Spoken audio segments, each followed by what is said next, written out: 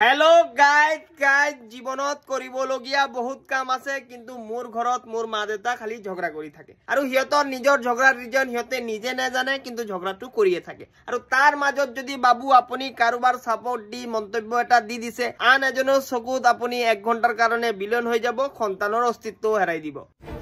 মৰ্নিংৰ বজাত লেট কে আইছে মাৰ ঝগড়া স্টাৰ্ট দুপৰীয়া খোৱাটো লেট কে কিয় বনিছে দেউতাৰ ঝগড়া স্টাৰ্ট ৰাতিপুৱা টোপনিৰ পৰা লেট কে উঠিছে মা ফায়াৰ লেট কে কিয় উঠিছে দেউতাই টু এক্সপ্লেইন কৰি আছে দেউতা মাৰ ওপৰত ফায়াৰ এনে ঘৰত বহি আছে কি কৰিব ঝগড়া কৰি দিয়ে হিয়তৰ ঝগড়া কম কমেডি বেছি লাগে এবাৰ কি হৈছে আমাৰ ঘৰত মোৰ পালতু ইন্দুৰটো মৰি গল আমি তাৰ আত্মাৰ শান্তিৰ কাৰণে 2 মিনিট কন্ডোলেন্স কৰিব ভাবিছো তাৰ মাজতে হিয়তৰ ঝগড়া হৈ গল ভগৱান জানে মোৰ ইন্দুৰটোৰ আত্মা শান্তি পাইছে নে নাই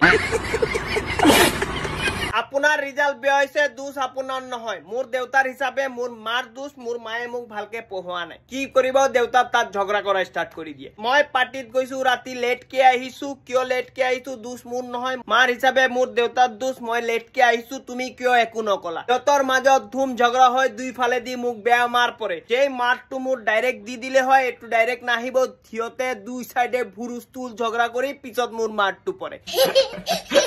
কেতিয়াবা তো মোৰ ঘৰৰ পৰিস্থিতি পুৰা নৰমাল হৈ থাকে সব নিজৰ জায়গা শান্তিকে বহি আছে আচানক মোৰ হাতৰ পৰা সাৰ কাপটো পৰি যায় মা মিডিল দি কৈ দিয়ে একদম বাপৰ নিচান হৈছে বেচাৰা মোৰ বাপ সুগাৰৰ কাৰণে বিনা চিনি দি চাহ খাই আছে এনেও মাথা গৰম উপৰছে এটা টানা মাৰি দিছে এতিয়া উৰুস্তুল ঝগড়া স্টাৰ্ট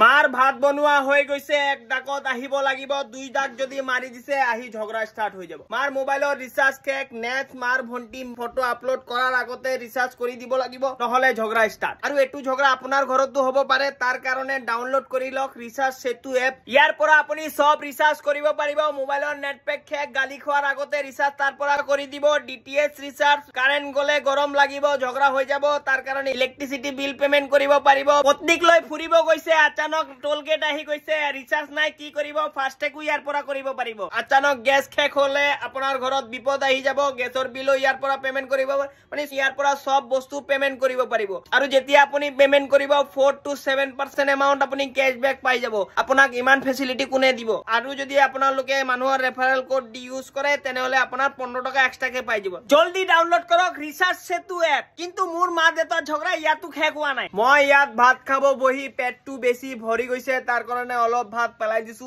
দেউতা ডাইৰেক্ট কৈ দিছে একদম মাৰ নিচান হয় ইয়াত মা খালি পেটত গুতে ৰান্দা ঠাণ্ডা কৰি জাস্ট ভাত খাব বহিছে তানাটো শুনি তাৰো মাথা খাৰাপ হৈ গৈছে আৰু হিয়তৰ ঝগড়াৰ মিডিলত ফাঁসি যাও মই না এইফালে কথা কব পাৰো না ওইফালে কথা কব পাৰো মোক মিডিলত বহাই দিয়ে সাক্ষীৰ কাৰণে এতিয়া যদি মই চুপ থাকো ডাইৰেক্ট মা কৈ দিব তহতক ইমান কষ্ট কৰি সৰুৰ পৰা ডাঙৰ কৰিছো আজি তহতে মোৰ সাপোৰ্টে নি দিয়া দেউতাৰ সাপোৰ্ট লৈ লৈছা ঠিক আছে আৰু যদি মই বাই চান্স মাৰ সাপোৰ্ট লৈ দেউতাৰ কাৰণে কিবা কৈ দিও দেউতা ডাইৰেক্ট কৈ দিব তহতৰ কাৰণে সব কৰা মোৰ বেকাৰ হৈছে কোনো নাই মোৰ